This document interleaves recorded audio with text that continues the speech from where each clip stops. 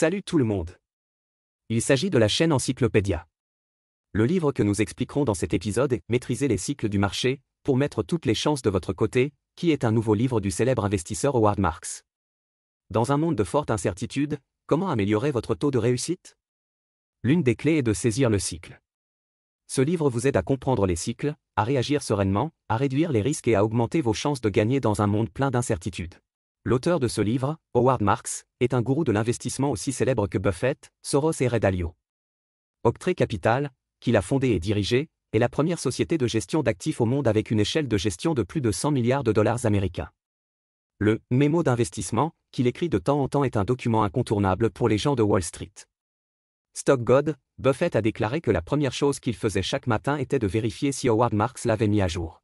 Howard Marks est devenu célèbre pour la première fois parce que dans une note d'investissement qu'il a écrite en 2000, il avait prédit à l'avance les risques énormes et l'éclatement de la bulle des actions Internet américaines dans un avenir proche. Plus tard, cette prédiction s'est réalisée. Le plus remarquable est qu'il a évalué à plusieurs reprises avec précision les changements de tendance importants sur le marché des capitaux et a mis en garde contre plusieurs crises financières. Pourquoi Howard Marks est-il si brillant et prend-il toujours les bonnes décisions? Il semble qu'il ait ouvert la perspective de Dieu et qu'il puisse voir des changements dans les tendances que d'autres ne peuvent pas voir. La raison en est que c'est une personne qui comprend très bien les cycles et peut les gérer. Le dernier livre de Howard Marks, La chose la plus importante dans l'investissement, était un best-seller dans le monde entier. Dans ce livre, Marks citait les cycles comme l'une des choses les plus importantes dans l'investissement. Plus tard, il découvre que parmi les différents investisseurs rencontrés, plus ils ont un sens des cycles, meilleurs sont leurs investissements. De plus, la question que lui posent le plus les clients est de savoir à quelle étape du cycle nous nous trouvons actuellement. Il pensait que les cycles étaient si importants qu'ils méritaient d'être écrits sous forme de livres pour les présenter, c'est pourquoi le livre que nous allons expliquer dans cet épisode a été créé. Bien que les cycles soient si importants, il n'existe pas beaucoup de livres sur le marché spécifiquement consacrés aux cycles. Les livres existants se concentrent soit sur l'analyse et l'explication de la théorie des cycles, soit sur la prévision des cycles économiques et des tournants. Par rapport à ces livres, ce livre fournit une analyse plus complète et détaillée des cycles. Plus important encore, ce livre nous explique également comment analyser et juger où nous en sommes dans le cycle. S'appuyant sur plus de 50 ans de pratique en investissement, l'auteur décrit systématiquement les règles de fonctionnement des cycles, analyse 9 types de cycles différents et propose des moyens de gérer les cycles. Dès sa parution, ce livre a remporté le titre de « livre numéro 1 sur le cycle d'investissement ». Il est rapidement apparu sur les listes de best-sellers du Wall Street Journal et du New York Times, et a également remporté le éloge de Charlie Munger et Ray Dalio. Recommandé par Weal. Il faut souligner ici que même si le livre parle des cycles du monde économique, je crois que la majeure partie du contenu est également applicable aux divers cycles formés par les activités humaines, y compris les changements industriels, les changements de dynastie, l'ascension et la chute des pays, guerre et paix, succès et échecs, etc. Dans cet épisode, nous prenons l'investissement comme exemple pour parler de 3 points clés sur les cycles pour vous aider à mieux comprendre les cycles. 1. Comprenez le cycle. Pourquoi y a-t-il un cycle? Quelles sont les caractéristiques des cycles? 2. Cycle d'analyse. Quels sont les cycles importants courants? 3. Cycle de réponse. Que faire pendant le cycle? Première partie. Examinons d'abord le premier point important, comprendre le cycle.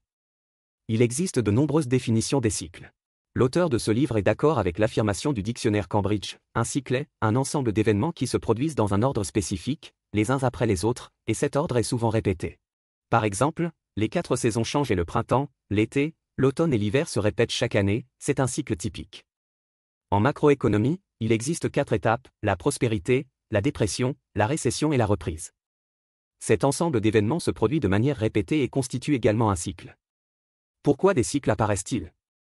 Vous avez peut-être entendu la métaphore selon laquelle sur le marché, la valeur et le prix sont comme la relation entre les humains et les chiens. Une personne conduit un chien en promenade, le chien court vers l'avant pendant un moment, court vers l'arrière pendant un moment et revient vers le propriétaire pendant un moment. La raison pour laquelle les marchés apparaissent par cycle repose sur un principe similaire. Il existe 2 types d'énergie qui font aller et venir le cycle, les lois de la nature et le comportement humain. Examinons d'abord les lois de la nature, tout a un point d'équilibre médian, et le cycle fluctuera autour de ce point central. Par exemple, le PIB d'un pays a augmenté à un taux moyen de 2% au cours des dernières décennies. Mais il y a certainement certaines années où la croissance est plus rapide, certaines années où la croissance est plus lente et certaines années où la croissance est même négative. Dans la vie économique, qu'il s'agisse du taux de croissance du PIB, du niveau des bénéfices des entreprises ou du niveau de valorisation boursière, il existe une tendance et une moyenne à long terme. Cette loi est universelle et constitue aussi la première caractéristique du cycle. Il existe un mot spécial appelé « retour à la moyenne ». Lorsque le résultat d'un événement s'écarte sérieusement de la moyenne, il revient vers la moyenne. Autrement dit, comme le dit le vieux dicton chinois, quand les choses prospèrent, elles déclinent, et les choses basculent lorsqu'elles atteignent leur apogée. Tout comme le propriétaire du chien tient la laisse, quelle que soit la distance parcourue par le chiot, il la ramènera vers lui. Un point central raisonnable peut ramener les choses à la normale depuis les extrêmes, mais une fois que les choses sont revenues au point central, elles continueront à courir vers l'autre extrémité. Cela ressemble beaucoup à un pendule se balançant d'un côté à l'autre autour d'un point central, également connu sous le nom d'effet pendule. Le mouvement du cycle est aussi comme un pendule, bien qu'il soit limité par le point central, il va toujours trop loin et va toujours aux extrêmes. Tout comme un pendule oscille toujours de l'extrême gauche à l'extrême droite, puis de l'extrême droite à l'extrême gauche, sans presque jamais s'arrêter près du point d'équilibre, le cycle se déplace toujours rapidement d'un extrême à l'autre. C'est la deuxième caractéristique des cycles. Ce qui nous impressionne le plus dans les cycles de marché, c'est souvent la période de bulle, lorsque tout le monde est particulièrement capable de gagner de l'argent, et après l'éclatement de la bulle et l'effondrement du marché, d'énormes quantités de richesses s'évaporent du jour au lendemain. Prenons l'exemple du marché boursier américain. En 2000, la bulle Internet a éclaté et le marché boursier s'est effondré. Après cela, il s'est lentement rétabli et a inauguré un marché haussier. En 2008, la crise des prêts hypothécaires à risque a éclaté et un autre krach boursier s'est produit. Chaque fois qu'il y a des hauts et des bas importants, certaines personnes accumulent beaucoup de richesses et d'autres font faillite du jour au lendemain. En parlant de cela, vous voudrez peut-être vous demander pourquoi le marché ne se développe pas en douceur mais va toujours à l'extrême. Car, en plus de la loi naturelle du retour à la moyenne que nous venons de mentionner, il existe un autre type d'énergie cinétique qui déclenche des cycles, à savoir les émotions et les comportements humains. La plupart des changements dans le cycle sont dus à l'implication humaine. Examinons les exemples avant et après la crise des prêts hypothécaires à risque aux États-Unis en 2008. Cette crise a été principalement causée par la prospérité excessive et l'éclatement de la bulle du marché immobilier américain. En 2004, l'administration Bush a annoncé qu'elle permettrait à chaque famille américaine de posséder sa propre maison et a assoupli divers seuils d'achat d'une maison. La demande massive a provoqué une hausse rapide des prix des logements et les promoteurs ont accéléré la construction, et bientôt l'offre de logements a largement dépassé la demande. Dans des circonstances normales, la main invisible du marché s'ajuste, ce qui amènera l'offre et la demande à un état d'équilibre. Si l'offre dépasse la demande, les prix baisseront, puis l'offre diminuera. C'est une loi objective. Toutefois, les prix de l'immobilier n'ont pas baissé immédiatement et l'offre de logement n'est pas immédiatement revenue à la fourchette normale de la demande. En fait, lorsque les gens voient les prix augmenter rapidement, ils commencent à chercher des excuses et croient que les prix continueront d'augmenter pour toujours. Certaines personnes parleront de rareté. Écoutez, les terrains sont limités et de nouvelles maisons ne peuvent pas être construites sur ces terrains. Certaines personnes parleront d'émotion, c'est tellement heureux de posséder sa propre maison. Certaines personnes parleront d'émotion, c'est tellement heureux d'avoir sa propre maison. Certaines personnes parleront de gestion de patrimoine, acheter une maison peut lutter contre l'inflation. Finalement, poussée par les émotions des gens, la bulle du marché s'est agrandie de plus en plus jusqu'à ce qu'éclate la crise des prêts hypothécaires à risque. Le marché immobilier américain a subi un coup dur, les prix de l'immobilier ont chuté et des millions de maisons ont été saisies par les banques parce qu'elles ne pouvaient pas rembourser leurs hypothèques. Après la crise des prêts hypothécaires à risque, le marché immobilier américain est tombé dans un autre extrême. Pendant plusieurs années, personne n'a construit de maison. L'opinion dominante à l'époque était que le marché immobilier était mort et que plus personne n'aurait besoin d'acheter une maison à l'avenir.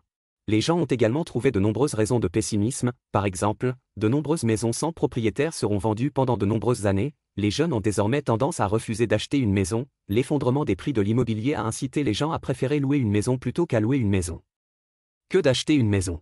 Mais quelques années plus tard, ces affirmations ont été infirmées par les faits, le marché immobilier aux États-Unis s'est redressé, la proportion de jeunes parmi l'ensemble des acheteurs de logements a atteint un nouveau sommet et les prix de l'immobilier ont également augmenté.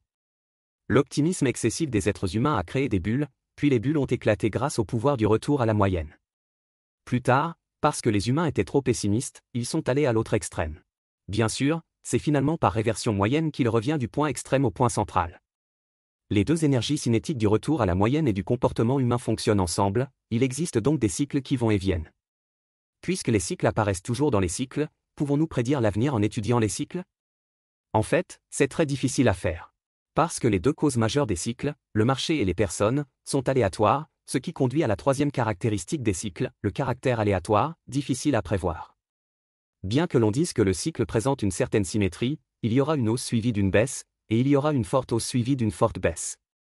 Mais cette symétrie ne se reflète que dans la direction et l'intensité, et l'amplitude, le temps et la vitesse spécifiques sont totalement impossibles à prédire. Le processus de l'histoire sera similaire, mais les détails de l'histoire ne se répéteront pas. De 1995 à 2000, la bulle Internet est apparue sur le marché américain. Après l'éclatement de la bulle, tout le monde savait qu'Internet n'était pas si bon. Nous ne devrions pas attribuer des valorisations aussi élevées aux entreprises de réseaux technologiques à l'avenir pour éviter de créer une autre bulle et une nouvelle crise. Mais malgré tous les calculs, seulement 7 ou 8 ans plus tard, la crise financière a éclaté à nouveau, cette fois le déclencheur étant le marché immobilier. Le monde est plein de hasard, ce qui signifie que les choses arrivent avec beaucoup de chance. Dans le monde économique, un cycle comprend une série d'événements. L'événement A déclenche l'événement B, et ces deux événements s'influencent mutuellement pour déclencher les événements C, D et E. Un léger changement dans un événement donné peut déclencher des changements dans la série d'événements suivantes. Le comportement humain est également aléatoire, face à la même chose et à la même situation, les gens peuvent se comporter différemment. Il est donc difficile de prédire quand le cycle atteindra son point le plus haut ou son point le plus bas, s'il sera à la hausse ou à la baisse demain et dans quelle zone la prochaine crise se produira. Pour résumer la première partie. Un cycle est un ensemble d'événements qui se produisent de manière répétée dans un certain ordre. L'énergie cinétique générée par les cycles provient des lois naturelles et du comportement humain, ce qui conduit à 3 caractéristiques importantes des cycles. Premièrement, le retour à la moyenne, oscillant d'avant en arrière autour du point central comme un pendule. Deuxièmement, la surcorrection, allant toujours d'un extrême à l'autre. Troisièmement, c'est aléatoire et il est difficile de prédire avec précision ce qui se passera dans le futur. L'histoire est toujours semblable, mais les détails ne se répètent jamais. La seconde partie. Nous étudions les cycles afin d'améliorer nos chances de gagner dans la prise de décision. Comment faire? Pour parler franchement, ce que les Chinois ont toujours dit, c'est que ce n'est qu'en se connaissant soi-même et en connaissant l'ennemi, que l'on peut gagner sans bataille. Se connaître signifie comprendre ses propres capacités et ses comportements, connaître son ennemi signifie comprendre les règles du marché et dans quelles circonstances le taux de réussite est plus élevé. Les changements du marché et les modèles de comportement humain ont en réalité des cycles. Ce livre traite séparément de 9 cycles différents.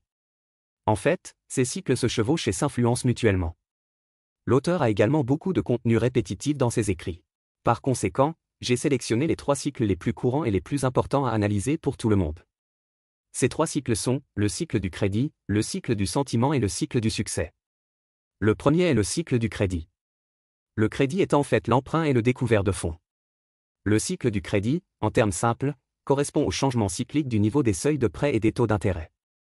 C'est ce que l'on entend souvent dans l'actualité financière, l'argent est libre, l'argent est serré.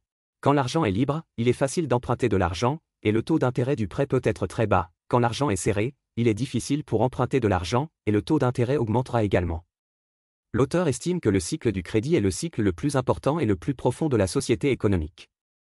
Le cycle du crédit est comme une source d'eau dans l'économie, la quantité d'eau est liée à l'activité de l'économie. Dans notre vie quotidienne, nous sommes souvent en contact avec le crédit. Avec une carte de crédit, nous pouvons utiliser le salaire du mois prochain pour payer les factures de ce mois-ci, et avec un prêt hypothécaire, nous pouvons vivre dans une nouvelle maison des décennies à l'avance. Plus une entreprise dispose de crédit, plus elle peut développer ses opérations et gagner plus d'argent. Mais l'argent emprunté n'est pas votre propre argent après tout. Vous devez payer des intérêts sur le crédit, vous devez le rembourser à temps, vous devez l'emprunter à nouveau après remboursement et le taux d'intérêt peut changer. Pour nous, les changements dans le taux de mise de fonds et les taux d'intérêt bancaires signifient que nous pouvons ou non nous permettre d'acheter une maison. Pour les entreprises, le resserrement du crédit signifie que leurs prochaines opérations seront limitées. En période de prospérité économique, il y a peu de créances douteuses et les risques liés aux prêts semblent faibles. Afin de développer leurs activités, les institutions financières assouplissent les seuils de prêt et investissent même de l'argent dans des projets qui ne sont pas du tout rentables. Par exemple, lors de la bulle Internet aux États-Unis en 2000, le réseau de fibre optique construit par les entreprises de télécommunications dépassait de loin la demande de l'époque, et il était toujours inutilisé plus de 10 ans plus tard. Parce que ces entreprises ne peuvent pas rembourser l'argent et que les institutions financières subissent des pertes, elles vont accroître leur conscience des risques et resserrer les conditions de prêt. Le crédit a un effet amplificateur sur l'économie. Vous constaterez peut-être que la croissance annuelle du PIB national fluctue d'1 ou 2 points de pourcentage, ce qui ne semble pas important, mais de nombreuses voix privées diront que les entreprises ont des difficultés à fonctionner. L'amplitude de fluctuation des bénéfices des entreprises est 2 à 3 fois supérieure à celle du PIB, voire plus. La raison principale est que la plupart des entreprises fonctionnent avec de l'argent emprunté, ce qui accroît les profits et les pertes des entreprises et amplifie également les fluctuations économiques. Dans la vie économique, le fonctionnement du cycle de crédit amplifie les changements cycliques de l'économie nationale et des bénéfices des entreprises. Il affectera également gravement la confiance des investisseurs et affectera l'ensemble de l'organisme. Il s'agit donc du cycle le plus important du marché. Le deuxième est le cycle émotionnel. En d'autres termes, l'opinion publique est comme un pendule, oscillant entre l'avidité et la peur, l'optimisme et le pessimisme, la conviction et le doute, la tolérance au risque et l'aversion au risque, formant un cycle. Lorsqu'il est optimiste, l'investisseur sera prêt à prendre plus de risques parce qu'il croit qu'il y aura plus de rendement. Lorsqu'il est pessimiste, l'investisseur ne voudra prendre aucun risque. L'auteur estime que les cycles émotionnels déterminent le rendement des investissements.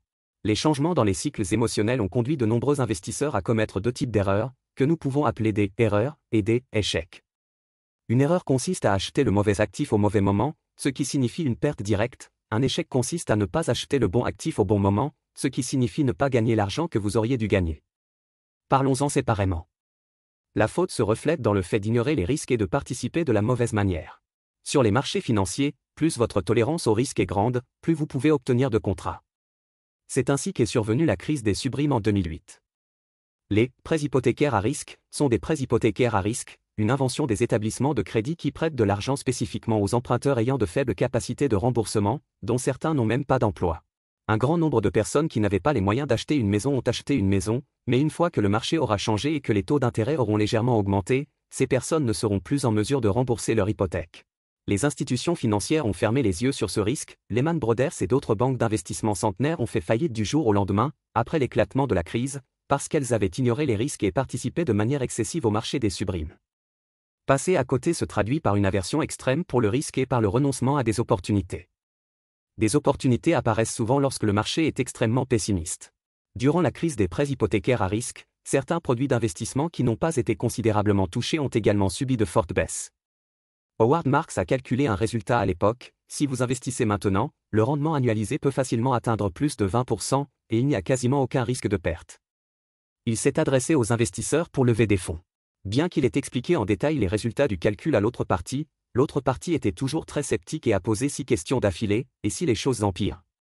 La réponse de Howard Marks est que le pire des cas serait que l'économie américaine revienne à la Grande Dépression de 1929, et que cet investissement ne rapporte toujours pas d'argent. Mais l'autre partie n'osait toujours pas parier.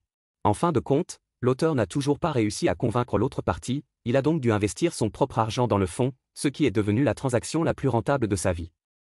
Affectés par le cycle émotionnel, la plupart des investisseurs ont tendance à s'inquiéter de rater des opportunités au plus fort d'un marché haussier et à acheter à la hâte et à payer un prix exorbitant. Au plus bas d'un marché baissier, ils vendent en panique des actifs de haute qualité parce qu'ils ont peur de perdre de l'argent.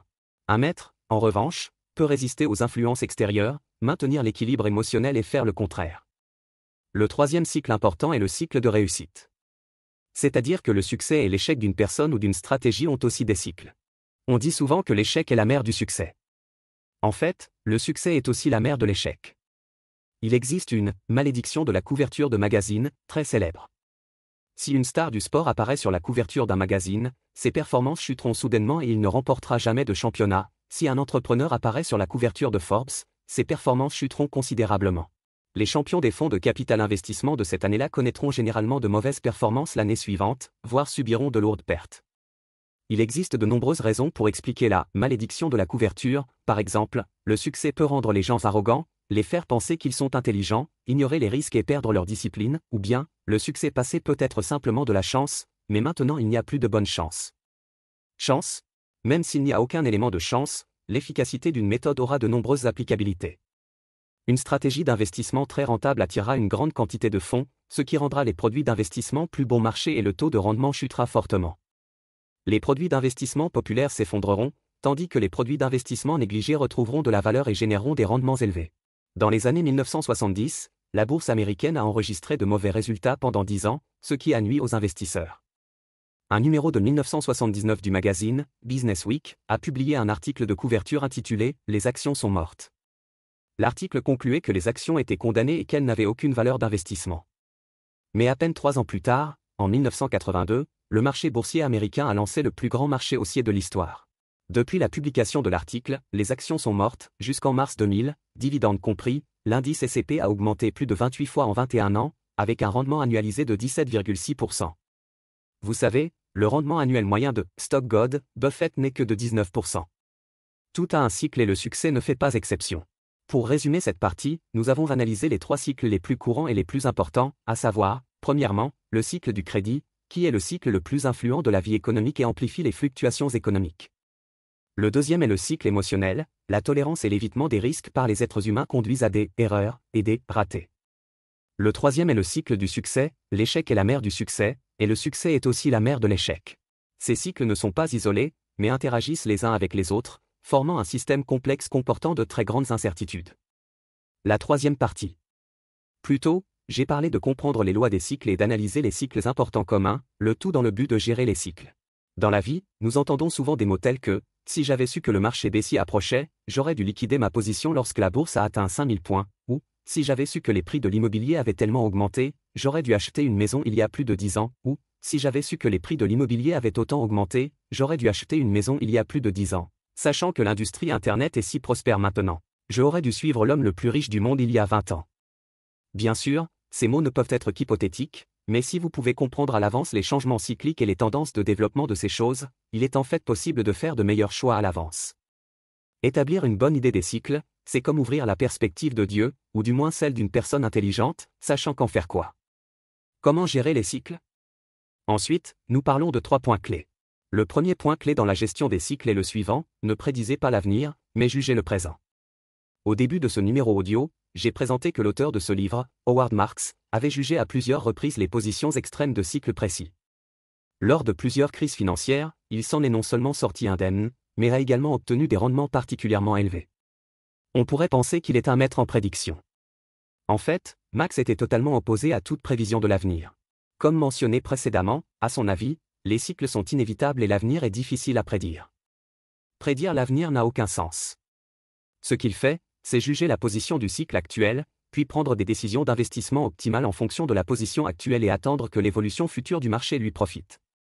Avec le recul, il semble qu'il aurait pu le prédire à l'avance. Mais le délai de jugement a aussi des limites. Chaque fois qu'il porte un jugement, il ne pense jamais qu'il peut avoir raison à 100%, ni même à 80%. Ce n'est pas un signe de modestie, mais le témoignage authentique d'une carrière d'investisseur de plus de 50 ans. En investissant, même si vous pouvez avoir raison à chaque fois, cela ne signifie pas que vous pouvez gagner beaucoup d'argent à chaque fois. Ce qui détermine le résultat n'est pas seulement l'habileté mais aussi la chance. C'est comme jouer aux cartes, que vous ayez de bonnes compétences en cartes ou une bonne main, vous pouvez gagner. Mais en général, la chance est temporaire et la compétence détermine le rendement à long terme de votre investissement. Ce que veulent les investisseurs, ce n'est pas toujours d'atteindre l'objectif, il est impossible de gagner beaucoup d'argent à chaque fois, mais de gagner plus quand ils ont raison et de perdre moins quand ils ont tort, d'acheter plus d'actifs quand ils ont raison et d'acheter moins d'actifs quand ils ont raison. Ont tort? Comment déterminer la position du cycle? C'est le deuxième point clé du cycle de réponse, découvrir les extrêmes et les exploiter. L'auteur rappelle dans le livre qu'au cours des 50 dernières années, ses jugements sur les grands cycles se sont révélés corrects. Mais en fait, ces jugements cycliques ne sont que 4 ou 5 fois. Parce qu'il ne porte un jugement que lorsque le cycle atteint la situation la plus extrême, il maximise la probabilité de son jugement correct. Ne portez des jugements que dans les circonstances les plus extrêmes. Tout comme un adulte de 130 livres, il est difficile de dire si vous pensez qu'il est trop mince ou trop gros. Mais pour une personne qui pèse 500 livres, on peut certainement dire que c'est un gros homme. L'auteur souligne qu'en tant qu'investisseur, il ne faut pas ramasser les graines de sésame et oublier les pastèques. Ne prêtez pas trop attention aux hausses et aux baisses à court terme du marché chaque jour, mais faites attention aux extrêmes du cycle une fois ou plusieurs fois dans une vie. Ces mots originaux étaient les suivants, découvrir que les cycles vont aux extrêmes et être capable de profiter des cycles qui vont aux extrêmes est vraiment la meilleure façon que nous puissions trouver. Par exemple, si vous constatez que la bulle Internet est très grande, vous évitez les actions Internet et achetez des actions de certains secteurs traditionnels. Si vous constatez que les risques des prêts subrimes sont énormes, vous investissez dans des obligations qui sont à l'opposé. C'est précisément parce que ces jugements sont très corrects et que le cycle peut être utilisé sereinement que l'auteur a reçu d'énormes récompenses. Alors comment déterminer la position extrême du cycle? C'est le troisième point clé du cycle de réponse, jugement quantitatif et observation qualitative. Il existe 2 manières de juger le cycle, quantitative et qualitative. Examinons d'abord la quantification, ce qui signifie utiliser certaines normes de mesure pour juger. En prenant le marché boursier comme exemple, pour voir si le marché est trop froid ou trop chaud, vous pouvez comparer le ratio cours-bénéfice actuel avec les moyennes historiques et les valeurs extrêmes. Le ratio cours-bénéfice est un indicateur de valorisation couramment utilisé. Cet indicateur représente le nombre d'années pendant lesquelles une société cotée peut récupérer ses bénéfices. Qu'il s'agisse d'une entreprise spécifique ou de l'ensemble du marché boursier, cet indicateur peut être utilisé pour observer. Si le public est très optimiste, le ratio PE de l'ensemble du marché sera extrêmement élevé, s'il est très pessimiste, le ratio PE sera très faible. Dans les années 1960, il y avait une bulle, Nifty 50, sur le marché boursier américain, où les investisseurs étaient enthousiasmés par 50 sociétés superstars. Ces 50 entreprises comprennent IBM, Polaroid, Kodak, HP, Merck Pharmaceuticals, Coca-Cola, Avon, etc. avec des marques bien connues, des opérations stables et tout le monde les aime.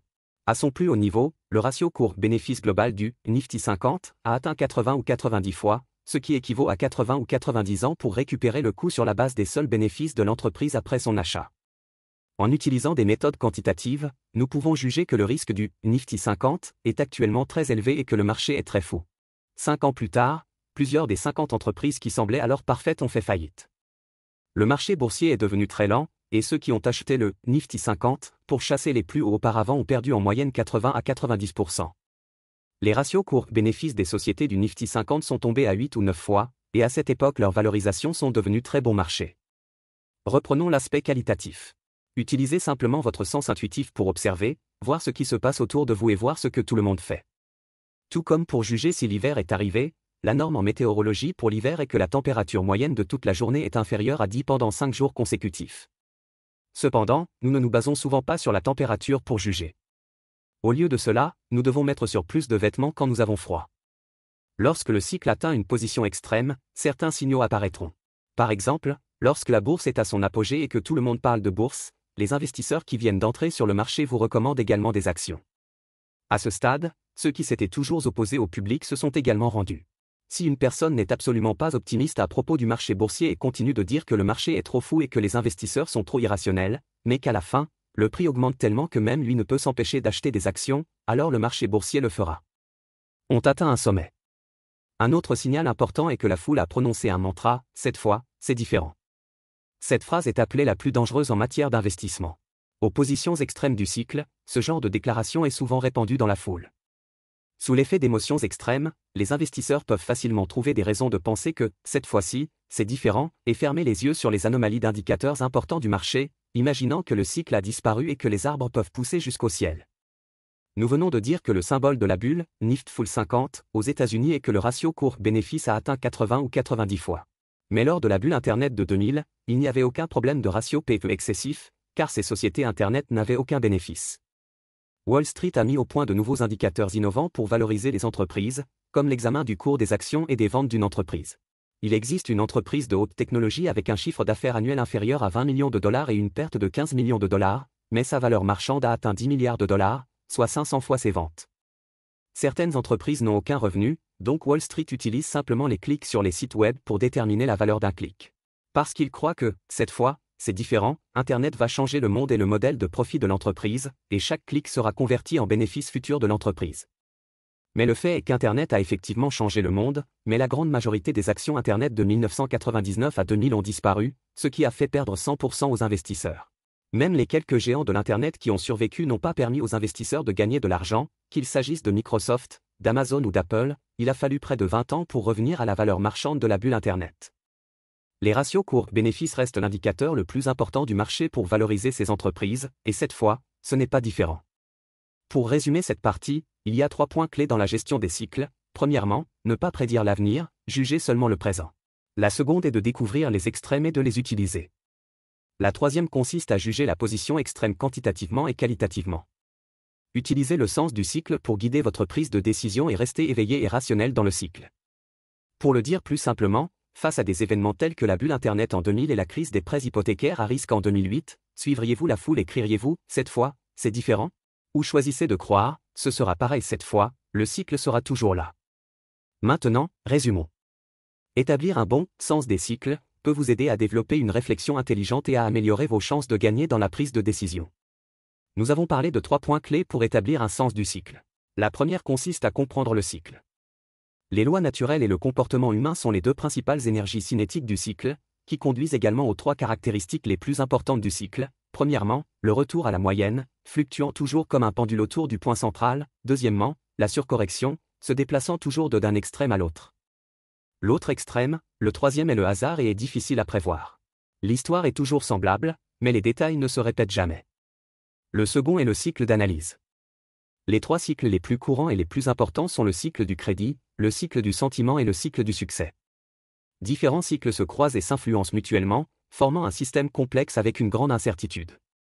Face aux deux risques de l'erreur et de rater quelque chose, les maîtres s'efforceront de faire le contraire. Le troisième est le cycle de réponse. Il y a 3 points clés. Premièrement, ne prédisez pas l'avenir, jugez seulement le présent. La seconde est de découvrir les extrêmes et de les utiliser. La troisième consiste à utiliser des méthodes à la fois quantitatives et qualitatives pour juger des positions extrêmes. Face à la folie du marché, lorsque la voix de « cette fois est différente » retentit dans la foule, une personne ayant un bon sens des cycles croira « cette fois sera la même » et le cycle sera toujours là. C'est la fin de ce programme. Quelles sont vos différentes opinions à ce sujet? Bienvenue à laisser un message pour discuter avec tout le monde. Et, si vous aimez notre chaîne, abonnez-vous à nous. Ah, n'oubliez pas de l'aimer.